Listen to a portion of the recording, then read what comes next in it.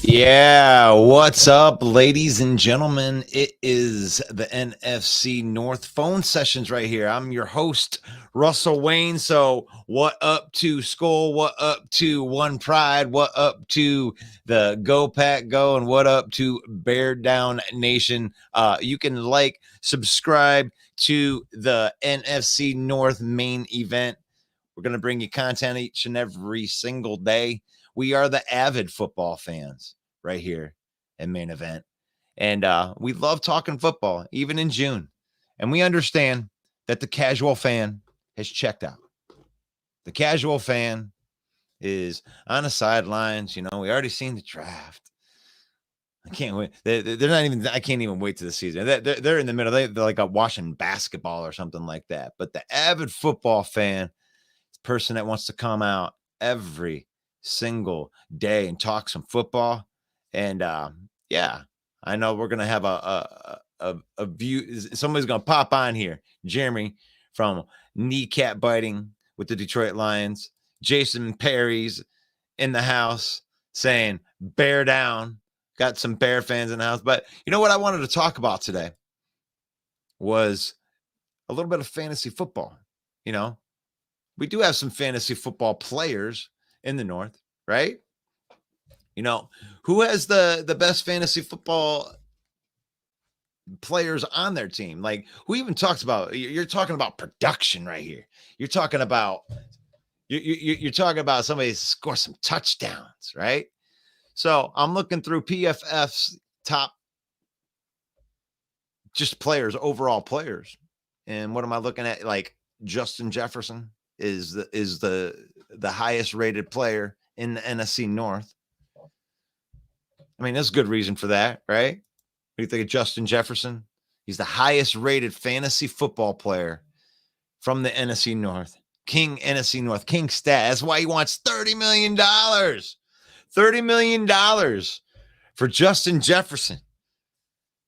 I don't know. Should the Minnesota Vikings pay the $30 million, Justin Jefferson, for putting up number one fantasy football player in the NFC North is none other than Justin Jefferson. So who's the second rated? We got Amon-Ra St. Brown would be the second rated. What do we got? Let me make sure here. Look in here. I thought they would have some running backs in here. Kelsey, Jonathan Taylor, Stephon Diggs, Tony Pollard at 12, Josh Jacobs at 13, Devontae Adams at 14, Nick Chubb at 15, Derrick Henry at 16, Breece Hall, CeeDee Lamb, Amon-Ra St. Brown is the second rated player from our own Detroit Lions. Second rated fantasy football player in the NFC North is none other than the Sun God. Amon-Ra St. Brown coming in. All right, we got number 2, and he's making way less money than $30 million. Yeah, but they're gonna have to pay Amon-Ra St. Brown in Detroit too. Hello from Illinois. Yeah. What's up, Jason? Thank you for watching, man. We're talking a little bit of fantasy football. Who do you like from the Bears is your favorite fantasy football standout right here? I mean, obviously, Justin Fields is going to put up some rushing yards. I think that Justin Fields is probably going to be a top 5 fantasy football producer. Those rushing yards are just killers in fantasy football. Let's see if we can find another guy from the NFC North. So far we have Justin Jefferson and Amon-Ra St. Brown. Oh, we got another Viking is the second one in there. Let me see here. No, looks like we got Aaron Jones coming in at number 3. Fantasy football style right here. Aaron Jones coming in at number 3. You got Justin Jefferson, Amon-Ra St. Brown, and then Aaron Jones coming in at number 3 right here. Defense, I'm thinking about Jack Sanborn. Yeah. What a steal that was, right? That was an undrafted free agent right there. Sanborn. I don't know how much fantasy football impact that he'll have, but I don't really mind. I mean, I said that we're going to talk about fantasy football. I really don't care what we talk about. We're going to talk about what you guys want to talk about. If you want to talk about Jack Sanborn, I'm going to talk about Jack Sanborn. Let's talk about Jack Sanborn. I mean, he was a standout. You guys trade Roquan Smith. And, I mean, everybody's thinking is freaking out, that you're not going to have any good linebacker play. So this guy steps in. He was like, to my understanding, he's an undrafted free agent. Sanborn comes in, impacts the team. Actually, I'm not even sure. I think that he led the team in tackles. Call him Baby Urlacher. Okay. Baby Urlacher. Is he smaller than Urlacher? I like that.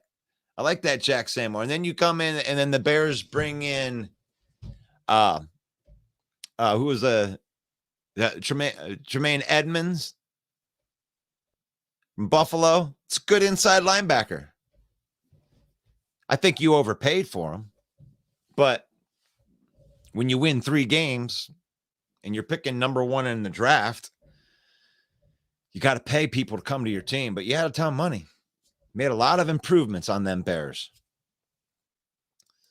Biting kneecaps. Alexander Madison. I think that's what you're trying to say. Alex Madison. He's Alex. I think that what you have there in Minnesota, and there he is. We're just going to, I love it. Look at that. What up, buddy? I guess you have to be bold to be on this show. It's one of those things. It is, but it looks good, man. Thank you. You got a nice little stash. I don't know if you can rival Mike the Bear fan stash, but it's a pretty good mustache right there. I think that we might have to have a mustache. Appreciate it. Just streaming to my channel for you, getting you some more viewers. So we were talking a little bit of fantasy football, and then I don't know, that was kind of going over like a fart in church. So I did add Alex Madison to the list. I mean, but I think that's great. That's what I wanted to hit on right here, because I wanted to talk about, I mean, they have a pretty good offensive line. Darrisaw is one of the best young offensive linemen in the. According to Matthew Berry, he thinks the number 1 running back in the NFC North for fit on his team is rookie Jahmyr Gibbs out of the NFC North. Really? I mean, we could talk about Jahmyr Gibbs a little bit because I'm just saying what I read in a report. That's it. but I want to talk about Jahmyr Gibbs right here because I think there is a misconception on what his usage is going to be. And I know that we were talking about Jack Sanborn. I think that the Bears have improved that linebacker room. You can't deny that. And when you got polls finding guys, undrafted free agents, that sounds like somebody in Detroit that keeps on finding late round talent and undrafted free agents. Anytime I hear polls, I'm thinking about Hendon Hooker for some reason. Oh my gosh. Nice. But I wanted to talk. I'll just bounce off that. Stop playing with us. So I wanted to move on to Jahmyr Gibbs because I keep on hearing that all he's going to do is it's just going to replace Swift. It's more than that. He's a more dynamic playmaker.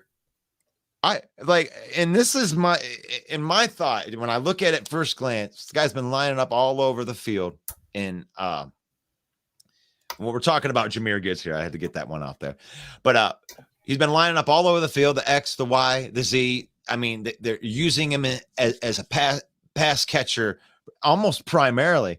I don't see Jahmyr Gibbs getting more than really 10 carries in a game. How do you feel about that? I said when we drafted him, he's going to be used like Swift, but sparingly. He's going to be used mostly especially while Jameson Williams is out because of his speed. He's going to be used more at the wide receiver position. And David Montgomery, if he can manage to get over his lower leg injury, which sounds like good old. You ain't buying that, huh? I mean, what is it? Lower body injury. It's so vague. It reminds me of Scotty Bowman back with the Red Wings talking about the injury report. Right. I mean, it's more vague than Bill Belichick. Yeah. Just saying. Yeah. Well, I remember Bill Belichick last week. I'm going to take a page out of Main Event Mike's book right here because I heard Bill Belichick last week when he said, do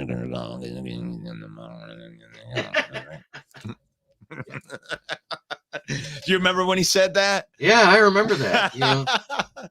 I hope that we get Main Event Mike in here on the line. I know we have our one viewer. I think it's Bill, the Packer fan, in his hacker account. Mm-hmm. I think he'll be in there doing some stuff. So Jason, I think it is Jason right here. He says Detroit has enough hookers.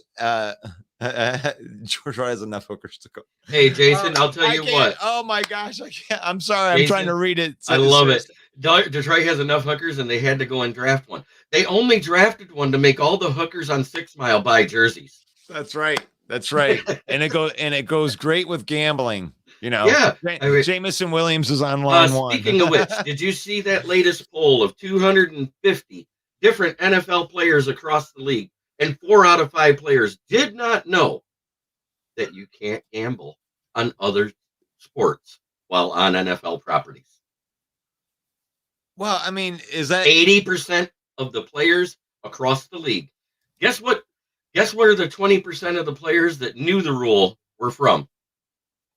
I don't know. Las Vegas. Yeah. I mean, I'm just saying. I heard it from a couple people. I mean, Matt Derry was talking about it on Locked On. They were talking about it on Pride Detroit. If 80% of players across the league do not know that rule, it is not explained well enough.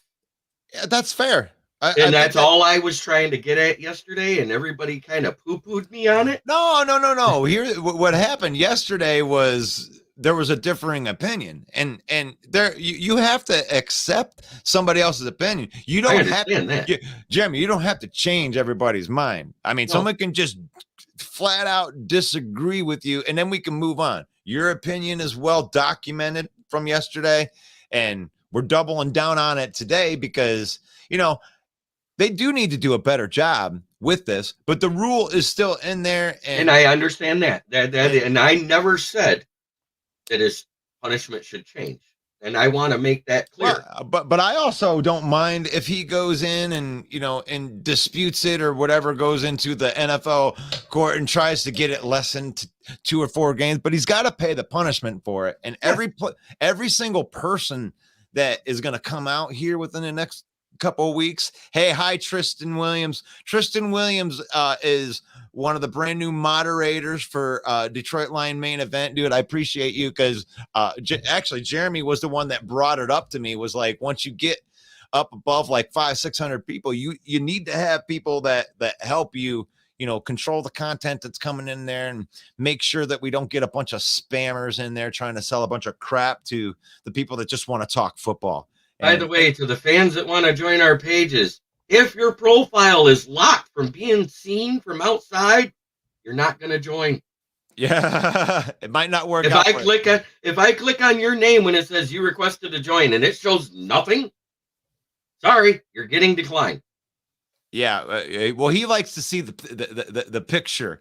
That's what he's looking for. And that's the thing. Like, I personally don't even mind that thing, but I put my moderators in charge of doing this. And if that's what they're saying that they're going to do, put a picture on. Let us see your smiling No, I'm saying face. If your profile is blocked and I can't see what pages you follow, I can't see what your likes are. I can't see any posts whatsoever. If it just shows me a blank page with nothing, you're not getting in. That's a red flag, because if you have your profile blocked, it's usually because you don't want people to see your nasty stuff that you're trying to sell. So we don't want to buy it anyway. So maybe banned Jeremy. What? Tristan. Hey, Will Vogel. That's one of my regulars. He came in and said hi. He's a Panthers fan. He's actually a Panthers fan and follows the Lions. How about that? A Panthers fan that follows the Lions. I like that. It was almost like the Carolina Lions, because we had a bunch of guys that went down there, and you got DJ Shark. He was an underrated dude because he came on late for us. So I think that you got a good wide receiver down there. But we were talking fantasy football. We can talk on this. Dan Campbell doesn't speak on DeAndre Hopkins thing right here. What do you think? Is this a non-thing, or is this? Well, actually, I just read a report from Jeff Risden, and I reported it and brought up Main Event Mike because he wanted Hopkins so bad on why the Lions don't want Hopkins. A lot of NFL execs, Hopkins is not a gym rat. He is not a practice guy. Yes, he can put up numbers, but he's lost a step. He can't run routes anymore like he used to, and all he does is make contested catches. That's exactly what they're saying. Well, that would be the argument right there. I don't think it's a good move, and me and Mike go back and forth on this, and maybe we can get him on the line, because I'm on your side. But and it's not that I'm not on the side of DeAndre Hopkins. I mean, the guy would great absolutely a great talent. He's a bona fide at least number 2 that you compare with Amon-Ra and like Jason Terry. The Bears passed on Hopkins too. And he makes it so the defense has to do something. I mean, that's valuable. But here's the thing: we just brought in Marvin Jones. Marvin Jones is also he is a gym rat. He is a dude that will mentor the young wide receiver. And he's a leader type of wide receiver. And he is also a guy that can go up and make contested catches, which is the kind of wide receiver we need. And that's what Marvin Jones provides. DeAndre Hopkins does provide that in the best way possible, but there may be other things that come along with it. And I ain't paying $17 million for him. I ain't paying $15 million for him.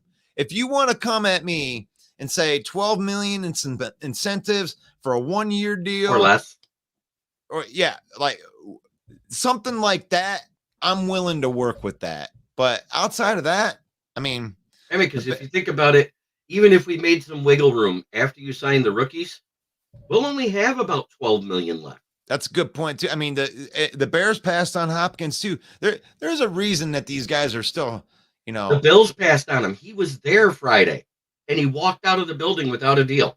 That's all you need to know. If the Bills are passing on him and that's a contender team, there's something up. Well, he just wants to. Well, he's just showing what he values, right? Like if he wants to win a championship, yeah, he will come in and try to get into a team, but he's not going to be able to take top value because all the best teams are pretty stretched as it comes to the cap. The only team that's considered a playoff team right now that has cap room out of the list that he gave is the Jets. Yeah. And they haven't called him. Yeah, he's just he needs to go on his DeAndre Hopkins tour here, and as he goes around the entire NFL, and they all tell him that we're not going to pay you $17 million a year, he'll go on tour number 2 where okay, I'll come down. Like I think that's what's probably going to happen. And the Bears have caps. Yeah. And yeah, I'll let you handle the comments that way. Yeah, we don't I got step on it. So I got you. But I like that. I mean, the Bears do have the cap space, and maybe they will sign him late, but they're smart to wait right now. You don't want to sign him while he's on his high horse. You want to get him on the decline when he's looking for somebody to give him that deal. Once he gets that deal, he'll go wherever it is. He can care less if it's a bottom feeder because I think he's more about the money than winning now. But Lion fan, you're out there. I want to know what you really think about that. And also, if you're not a Lion fan, I want your outside perspective of DeAndre Hopkins. Like, do you need him? I mean, is he that much of an upgrade in any of these rooms? Do you want DeAndre Hopkins? If he could come to the Detroit Lions and they can make it work, are you a happy person? That's what I want to know out there. And I got the fit for him. And if they had the cap space, they'd take him in a heartbeat. Well, I only care about the Lions, so I don't know care it's where the Packer fans. I mean, you can't say they don't need another wide receiver with hands. You think DeAndre Hopkins would go good with that young room? Like, I mean, it's not that. I'm talking about his talent. His talent is needed there. Christian Watson struggled with drops last season. Romeo Doubs even had a trouble with drops last season. Ooh, that's fire right there. I'm sorry. That is a great take right there. Right there. Yeah, reuniting DeAndre Hopkins with Deshaun Watson. Massage Watson. Yeah. They can become the Massage Twins, and they get the band back together, and they can do it like they did it in Houston. Little play on words there. The band back together. Get the band back together. Now, yeah, I like that call. That's a great call, Jason. I like that call. I mean, I think that is the odds-on favorite place for him to go right now, but Detroit Lions are still on that list, and you're right. The Packers could definitely use him. Mm-hmm. They don't have any money whatsoever. They got money. Packers not got a money. lot. Not a lot. Well, they traded Rodgers before the June 1st. Well, I want to get this because I know Bill the Packer fan would come in here and make me do this. So I want to see. I'll look it up right now. Yeah, I'm going to over the cap right now. I was going to do the same. So, and that's what we want to see here. Yeah, they got 16 million after they've signed their rookie class too. So it's they don't have a ton of cap space. I don't think that's what I'm saying. Be a good. So it would have to be that 10 to 12 million deal to leave the 4 million for injury signing. The only thing when you have a low amount of cap space and you can sign a guy to a multi-year deal and move and get a good deal on it, but like Hopkins probably isn't going to get a multi-year deal. If I would think, I think someone's just going to give him the one and, see. And Cleveland should take him. That would make, that's a contending offense when you're dealing with Nick Chubb and you're dealing with, Amari Cooper and DeAndre Hopkins with Deshaun Watson. And I mean, don't let the headlines fool you. In the massage tables, it's a story, but Deshaun Watson can play football. And that's why he got $50 million a year is because he can play football. And what's that? 45.3. 45.3. Okay, still, that's a ton of money. I mean, at the time when he signed that contract, it was ridiculous. But now, since they've had like 5-6 other guys that have been in that range, all of a sudden, Jared Goff's contract is looking like, a Pinto. Like, we thought it was we thought it was a Lexus, but it turns out it was just a Cavalier. Like, Jason asks, what are your thoughts on XFL and USFL players? So seeing as I've watched a total of 6 games between both of them combined, I don't have a big opinion on them. I've seen some flashes of some good players here and there that could make it. A lot of the tight ends seem to be really good in the USFL. Some of the wide receivers are making some good plays. A couple of the quarterbacks would probably have a career as a backup in the NFL so far. But so far, I haven't seen, like, Jordan Ta'amu. No, I'm sorry. He's been here. He didn't make it. Yeah. That's why he's there. I'll make a comment on that. The USFL, I'll say this. I'll go into this side of it. Football is popular.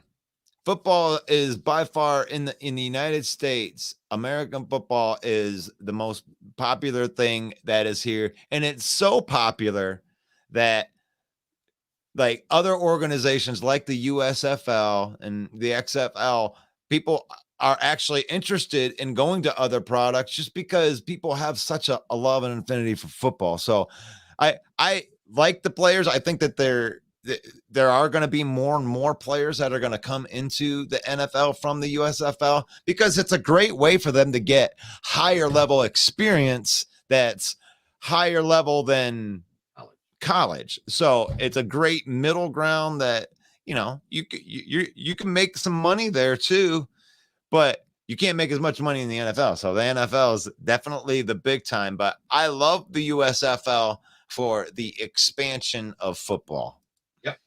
And year-round football. Yeah. Hallelujah. Football. Oh, okay. In the spring and summer. So Jason's following a couple players that would be in the NFL. All right. Go ahead and throw them in there, man. I would love to know that Jason Perry called it first if one of these guys comes to the NFL and starts killing it. Well, XFL kicker JPR is doing well during OTAs in the first week of mandatory. But yesterday, Patterson beat him out, making 4 of 5, and JPR only made 3 of 5 field goals. Yeah, so I'm trying. And Badgley has yet to show up to OTAs, which is leading credence to what I'm thinking. This is awesome because this gives me a great chance to plug the show right here.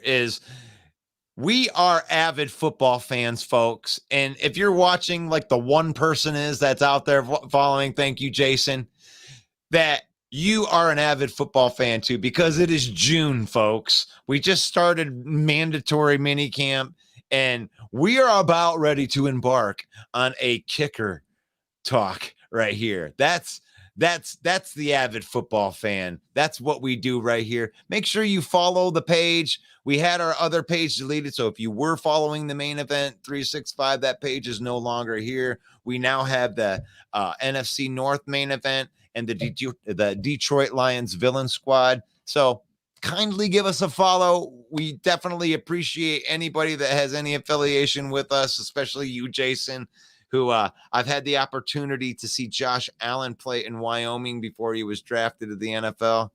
Oh, hey, yeah, good call. Man, that's two bald guys in stereo. In stereo right there.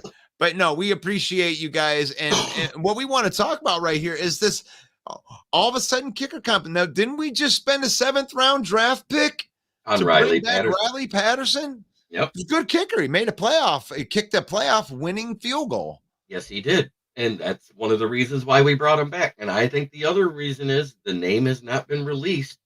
Badgley has not shown up to voluntary nor the mandatory OTAs. Is he holding out? No, is he the player that's under investigation by the NFL that hasn't been named? Oh, okay. But about to be suspended. Think about it. That makes perfect sense because that report came out. You heard 6 hours later, we traded for Patterson. So Jeremy Ballrick from Biting Kneecaps in the South Florida Tribune is reporting this rumor right here. This is interesting right here that Michael Badgley might be the one that's under investigation. You heard that here first. He's the only player to not show up to OTAs. That is I thought this was going to be a boring kicker conversation. So we have a triple threat match going on right here. You usually don't have this, but this team doesn't have a lot of holes. So I don't mind that Brad Holmes is throwing some resources and really trying to solidify, who our kicker is going to be going forward. And he's put together a great team. And I like this because this Parker Romo guy seems like he's got the 60-foot boot. The 60-yard boot. He's been hitting 55 plus the entire OTAs accurately. Like it ain't nothing. Like we're talking over 60%. That's huge. Yeah, we love that. Yeah. You know what that is? That's Jason Hansen / Matt Praterish. Oh, Jason Berry was doing security in Wyoming. There you go. Nice. Dude, how cool is that to have it, to watch a player and then to watch him go into the pros? I mean, because I know Michigan fan loves to use that Tom Brady thing, even though Hansen was a little overplayed. Yeah, even though Hansen was your starter, and well, Hansen was the starter because his dad donated more money to the alumni fund. Get it right? Henson. No, it was Drew Henson. It was Drew Henson, but every time Drew Henson got Michigan in trouble, Tom Brady came in and won the game. That's the facts. Oh, I mean, I'm not denying that. But what I'm saying is like all these people that I've been watching him ever since his freshman year. It's like no, you haven't. Would you watch him? Well, you watch him on the bench, like carrying a clipboard. What man? He was walking around so confident, like. No, I mean, but that he didn't play a game until the second half of his sophomore year.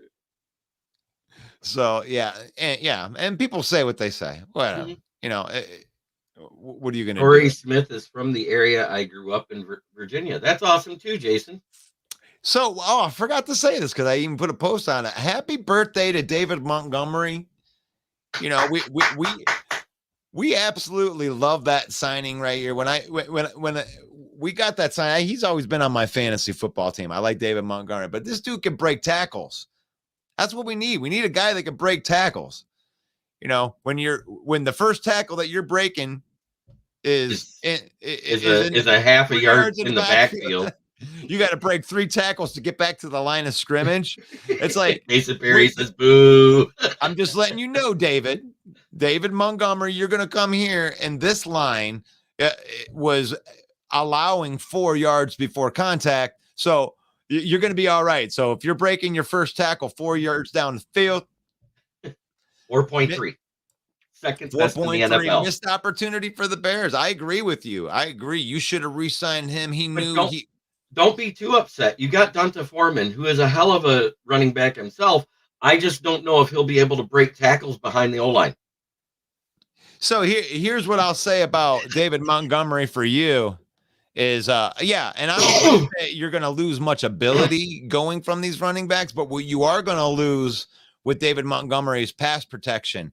This dude is a demon in pass protection. I would say that he's probably, if not the best, he's definitely top 3 at protecting the quarterback on pass. Number 1 was downs. As much as I hate to say it because he's gone. Number 1 was Jamal Williams. Number 2 is David Montgomery. Yeah, it is for sure. I mean, and he's definitely an upgrade over Jamal Williams. Is running back talent wise. Running back talent wise, we can definitely agree on that one. So, because I'm just kind of going through some of these. So here's another rumor that was out there that was flying around. What do you think about them possibly moving somebody like Charles Harris? And because I get it because there's no dead cap. It's the last year of that contract. For sure. We didn't give him anything. And we're deep. Really. And we're deep at the position. So if we could move him and possibly garner either draft capital for the next draft, which is right here in Detroit, or to get a player for more depth at another position, I'm good with it. I don't care either way.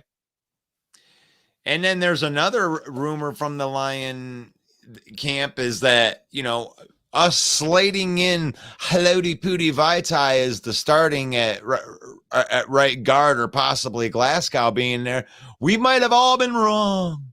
It might end up being another Brad Holmes gem that he selects in the 5th round, and Corby Sorsdahl. What do you think of that rumor?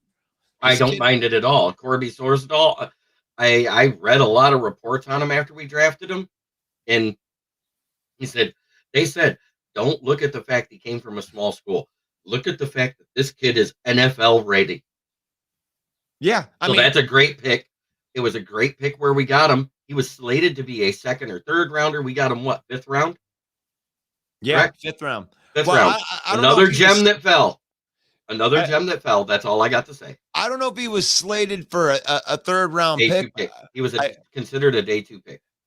I think that a lot of people didn't know about him, because I did listen to a couple podcasts about him that had a couple of these pros that were that I can't remember what the name of who the guy was. It was on the Pride of Detroit. They had one of those gurus that came in, offensive line gurus, and he's been talking about this guy for months, like even all the way back to the Senior Bowl, and this guy didn't even he blew it up at the Senior Bowl and didn't even get an invite to the combine, which was kind of weird.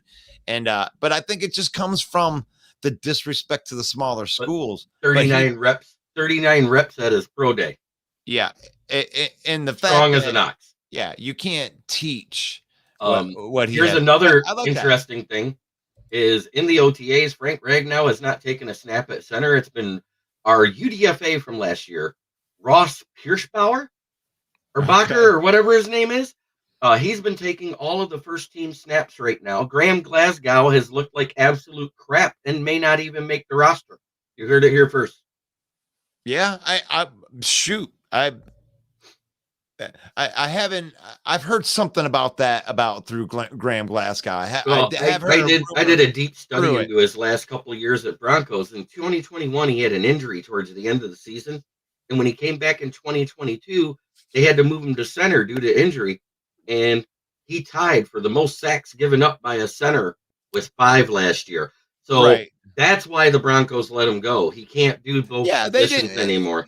And they didn't give him a ton of. This isn't like they're gonna miss out or it's some big money thing either. It's like no, it's the last year of that contract. Yeah, so just a no debt cap. Yeah, this is depth money. Like if he does get cut out, that's fine. I would love to have it be Corey Sorsdahl starting and then Haloti Pooty Vaitai in there at that swing. He can play right tackle too in a pinch too. Yeah, he'd be a better right tackle than Matt Nelson. That would be the best case scenario too. And another thing I wanted to just brush on and just to say is like in this interview that Jared Goff just had, in his presser, where I love that the media pressed him about, the expectations for this year. And he had said, like, listen, we were a 9-8 team that missed the playoffs. Like, I'm glad that you guys have high expectations, but he has a level playing head. I love that in our quarterback, that he's not looking past or expecting the NFC North to be handed to the Detroit Lions. So do you have a comment on his presser at all? No, I hadn't had a chance to watch it. But okay. I've watched a lot of Jared Goff's pressers, and he doesn't change. He stays cool. He stays level-headed. He answers the questions the way a professional should. So for anybody to expect anything less, they're asking the wrong question. Right.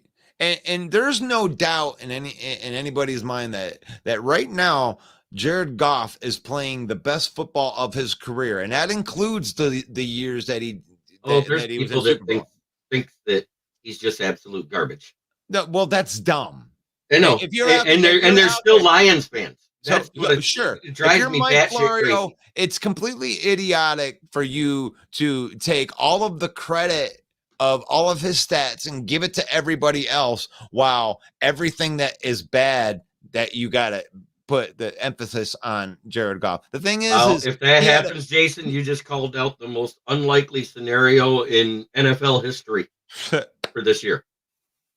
The Bears on the line. I mean, I think that the Bears hype is just ridiculous. Like, I can understand some of the Lions hype because they at least came back and they had a good finish. But for a team that was a 3-win team last year, and none of them against division opponents. Here's the thing, and I want to throw this out here. I don't want to hurt your feelings, Jason, but here's the thing: that you could be massively improved. You could be massively improved and win 8 games next year. You could be massively improved and win 6 games next year. That your team's playing on a different level. Like that, for you to expect that kind of jump is ridiculous. I remember talking to Lion Fan last year. Oh, we got Aiden Hutchinson. Oh, we can win 11 games, baby. Like, I'm like, guys, Earth. Here, let's have a conversation. I'm planet Earth. I was at 6-9 prior to the draft, and after I didn't move it till after Hard Knocks, and I only moved it to 7-10.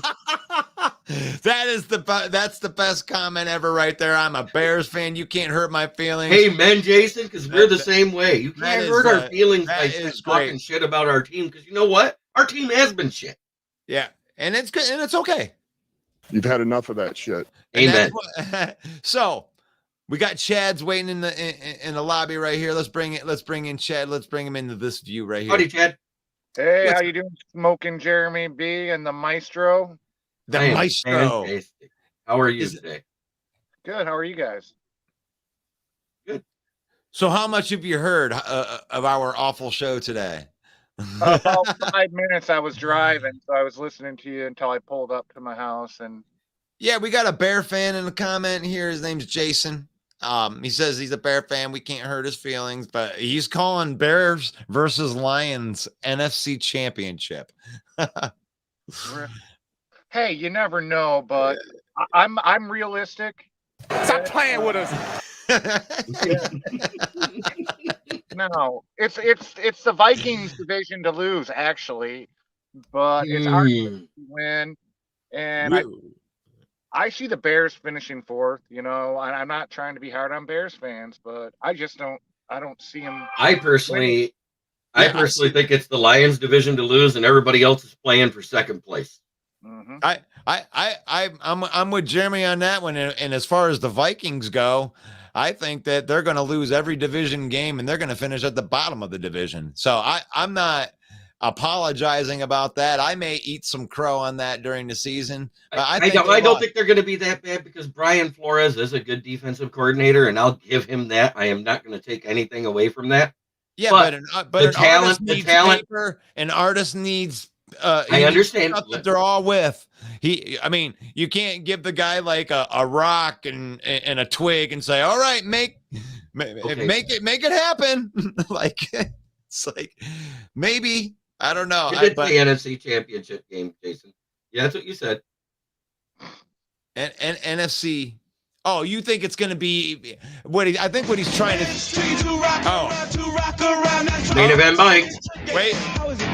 I always think I can let it play for like 2 seconds before the copyright will hit me. So get that rock around. But this is Main Event Mike. We got Main Event Mike on the line. How are you doing, Main Event Mike? I'm so good, Russ. Can you hear me? I can hear you. Can you guys hear him? Can the people hear me? Yes. I hear him. All right, we got thumbs up across the board. We got Chad's on the board. We got Jeremy on the board, and we got our friend Jason, the Bear fan, in the comments that says that the NFC Championship game is going to be Bears versus the Lions. So that's where we're at. Got a comment on that? Well, I mean, is marijuana legal in Illinois? I don't know. No, but it's close enough to Michigan. He's got access. It's not legal there. Yeah. Well, I tell you what, I think he's half right. He's half right. He meant the NFC North championship game. I got it. Did you get it? Did you get it out there? Yeah, I got it. Yeah. So, we were trying to talk. I think the Bears, while they are definitely improved, I mean, they just have too many holes to make that big of a push. I mean, if they can get to 8 or 9 wins this year, that's going to be a really successful season for the Chicago Bears. For the Detroit Lions, it's a totally different setting. It's got to be 11 wins or this season is a failure. I thought at least 10. Yeah, I agree with that. I'll take that, Mike. So Mike says unless we win 11 wins, if the Lions don't win 11 games, it's a failure. I agree. That's only a 2-game improvement. That's not asking much. Right. I'm gonna have to go. I'm gonna have to go with that too. It has to be at least 11. I would say at least 11. Because I think that it's going to be 12 or 13. But I mean, when was the last time Lions fans were able to say that 11 wins or it's a failure? I mean, never in my lifetime have we ever said that. But 1991. But I will have main event Mike, that Jared Goff in his post OTA presser, they pressed him on that, on all the hype, and he said the same thing I said on the show yesterday, which was, hey, we're a 9-win team that missed the playoffs, so let's not get it twisted. We got a lot of work to do. Right. So you should appreciate that from your quarterback that's keeping it level and keeping it real. If we win only 10 games, that means we lost one of the Bears, and we cannot have that. No, it doesn't. Yeah. No, it doesn't. No, it doesn't. We only play 6 games in the division. Yeah. But no, it just means we only won 4 outside the division. I think that's what we're living in La La Land. We just we lost every single Packer fan, every single Viking fan. See, all the Viking fans just wanna they want to witness protection. They're in witness protection unless it's Monday night. They're out there looking for a new running back. That's where those fans are. I think they drafted their next great running back, even though they took him late. I think Dwayne McBride's going to be a beast in the NFL. He has that prototypical body. He can receive, he can block, he can do everything. I like Dwayne McBride. Okay, do you like Dwayne McBride? How much did Jamez pay you to cut that 7th round draft pick promo? Come on, Jeremy. I'm talking about I watched game film. You watched game film? You watched game UAB game film. Yes, I watch a lot of game film. I watch Division 2 and Division 3 because I want to know about players. We're talking about 7th round draft picks. All right. Wow. He was projected to go as high as the 4th. Okay, I feel you on that. I'm just busting your balls on that. Yeah, you can bust my balls. I like Dwayne McBride. I like Dwayne McBride too. Eric Gray, other than Behan and Jahmyr Gibbs, the 2 running backs I liked was Eric Gray and Dwayne McBride. Eric Gray went to Oklahoma. He's an all-around back. He receives, he blocks, he runs well. And Dwayne McBride, who does the same thing. You like that? Yes. I like that call. I like that call out, Jeremy. The ones that I liked Tyjae Spears from Tulane, looked really good to me. I liked Chase Brown from Illinois, and I also liked Mohamed Ibrahim, who happened to be an undrafted free agent signing with the Lions. So I like him too. It's just Dwayne McBride. He might actually fill that hole left by Dalvin Cook. However, can he tackle? Can he cover? Can he rush the quarterback? No, because they can have all the pieces they want on that offense. They aren't going to be able to stop anyone. Right. That's why when Chad said that he thinks it's Minnesota Vikings division to lose, I was like, how? They're not stopping anybody. That don't matter. Hey, that's a great call out. I mean, throw it in there. It absolutely matters, Jeremy. It's their because if that's the case, then strength of schedule matters. And we shouldn't have been playing 3 playoff teams we beat at the end of the year last year. All right, guys, hold on a second. Hold on a second. We got to get the rails on here. Sometimes you guys start arguing about something, and I want to throw something out to the crowd here. Like we were just talking about Dwayne McBride. So out there, if you're listening, are we really do you put stock into your late round draft picks, whether it's, whether you're a Lions fan or a Packers fan or a Bears fan or whatever? Do you put a lot of stock into these late round draft picks to be key contributors to your team while we move up? So Ranting Q says, "What's up, peeps?" So what do you think about that, Ranting Q? Because we have a bunch of opinions on here, but opinions are like, what? So we're gonna bad takes. Yeah, we're home with the bad takes, but we really want to know what your bad takes are out there. So put them into the comments. What do you think about that promo, Mike? I love that promo, home of the bad takes. I mean, I'm surprised we even let Jeremy on this show since he's got such good takes most of the time. Yeah, okay, so why is it the home of the bad takes? That's a great question. I'm going to answer this. It's the home of the bad takes because we represent all 4 NFC North teams here. So what does that mean just inherently is that every time a Lions fan speaks, that 75% of the audience thinks that he's full of shit. You've had enough of that shit. So it's inherently going to be a bad take, even if it's a good take. So I think this is going to breed a culture, Jeremy. It's going to be a home of the good takes eventually, because I like this. Michael, you're going to have to come. Prohinchik says, how many upsets do you think the Lions will get this year? Also, how many games do you think the Lions will be favored by Vegas this season? I think they're going to be favored. We already know. Probably about 7 games. All right, you can't. No, we're favored in 12 games right now. All right, answer that question, Mike. How many upsets? 12 games. We're favored in 12 games right now. Really? According to Vegas. Yeah, that's amazing. Yeah. I think it does worry me though, because people are wrong most of the time, and all these people picking the Lions worries me. And just like every team, we are one injury away from the whole thing going down the tubes. One injury to Jared Goff, and this whole thing is. Oh yeah, but we said that last year too.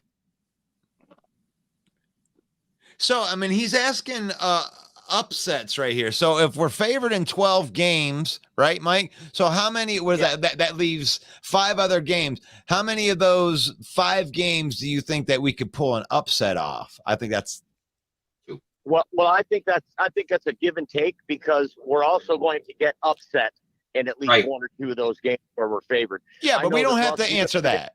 We don't I know you predicted a loss. You predicted a loss to Atlanta this year. So I'm starting to think that maybe New Orleans might be a bad matchup for us as well. Yeah, but that was okay. But what we're for favored. What he's asking, and this is just the comment, right? The comment is, how many games do you think that the upsets? So if the upsets would be the 5 games that they think that we're going to lose. How many of those games do you think that? I mean, we're probably not favored in the Kansas City game. No. So, I mean, what do you think that record's going to be? Yeah, I don't know which ones those are though. That's it. Yeah, I'm not favored against Kansas City. We're not favored against Dallas. Okay. I think we'll beat Dallas. I know you do, but I don't think we're going to beat Dallas. I do. Too much firepower for us. Okay. We were beating them last year at halftime, doggone it. Yeah. No, we weren't.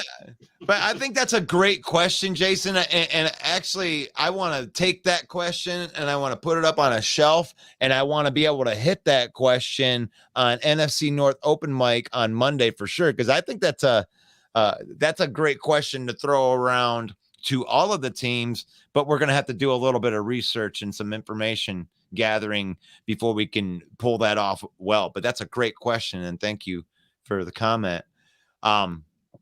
Ranting Q, I think that he's got it. We got to improve at every aspect. Jared is durable. I agree with that. You got that loss to the Bears. Yeah, those Bear fans, you guys are coming out the woodworks. You guys are thinking what, 12 one win? guy. 12 win. No, this is a lot of people. We got Ken Doby. You know what? We got Nick Wright predicted 11 wins for Chicago last year, and he predicted the same record again this year. You know what that means? A lot of tears in Chicago. Show. Yeah, he definitely needs to come on our show. Nick Wright is for Fox Sports, and he has more bad takes than your show. Yeah, but bad takes are what make that. Yeah, we'll see what we can do about that. You know why bad takes are so good? Because they're so much better than those piss warm, I don't want to say anything in my takes. Yeah. And that's what we usually get from everybody else is, well, if this and this and this happen, and then this will happen, then this will happen, and if this no, shut up. Get your balls out and put a take out there. Jared Goff is going to win 12 games this year. That's going to be awful, or I'm going to be a genius. That's it. There's no. I said our record will be 11-6, but I predicted a window of wins of 10 to 13. Really good, and we have the running attack and the defense. Then maybe we can get this. Shut up. Shut your mouth. Playoffs. Gosh, stop. Just have a take. It's okay. It's okay. And I've said all offseason, the Lions are winning the division. Don't worry about your take not being good. We already know it isn't good. Yeah, we know your take sucks. Just throw it out there. It's all good. I've said it all offseason. The Lions are winning the division this year. Agreed. Yep. That means it's the Lions' division to lose because Minnesota lost it when they lost first game of the playoffs to the team we smoked, the Giants. So we're trying to be right or wrong here. There is no right or wrong here. I guarantee you that 75% of the people that are listening to us right now, which is all three of them, 75% of them think that we're full of crap. And we have one Lions fan, we have a Bear fan, and oh wow, there's 2 Packer fans. So yeah. So half of our audience thinks that we are full of crap and we're delusional at 12 wins. But guess what? Every single Bear fan thinks they're going to win the division. They think it in the back of their mind. They're like, yeah, they just don't know. They just don't know about Justin Fields. Justin Fields is going to run over everybody, and he's going to be the greatest ever, right? Now that they have Nate Davis and DJ Moore, look out. Look out. I love DJ Moore. Come on, man. I love DJ Moore is good. They're good players. They're really, really good players. But the other teams in the division were already good, and they stacked talent. Like, the only thing that was weak on the Lions was the secondary, and they stacked talent in the secondary. It's like, we feel good about that. The Packers feel good about their defense. They feel good that they drafted a guy in the first round that is they call him Hercules for a reason, that he might be a menace. That defense is so good. So, yeah, Russ, have you seen these reports coming out, these rumblings that are in the groups this morning about Sean Clifford looking better than Jordan Love in the OTAs? Yeah. Mm-hmm. Who called that one? Well, Nate Sudfeld looked pretty darn good too. So I don't hold any credit. What are you talking about? Nate Sudfeld had the worst OTA yesterday I've ever heard of. Well, yesterday, but before that, he was doing pretty good. It's what they were. I don't know. I wasn't there. I'm just listening to what the Chad's on the Nate Sudfeld train. Yeah, riding in the Sudfeld. Oh my God, I'm at 9. Dude, I have to cut this thing short, guys. It has been a great show. This has been so much fun today. It's been so much fun that I completely forgot to sign off around 12 o'clock. I hope that the bus isn't waiting down there for me, but thank you, everybody. This is the main event, Mike. Mike, give him a plug real quick. NFC North open mic, 7 p.m. Eastern time every Monday night. One Pride. God bless each and every of you. We're hoping to see you guys. One Peace, Pride. love, and chicken grease. Boom.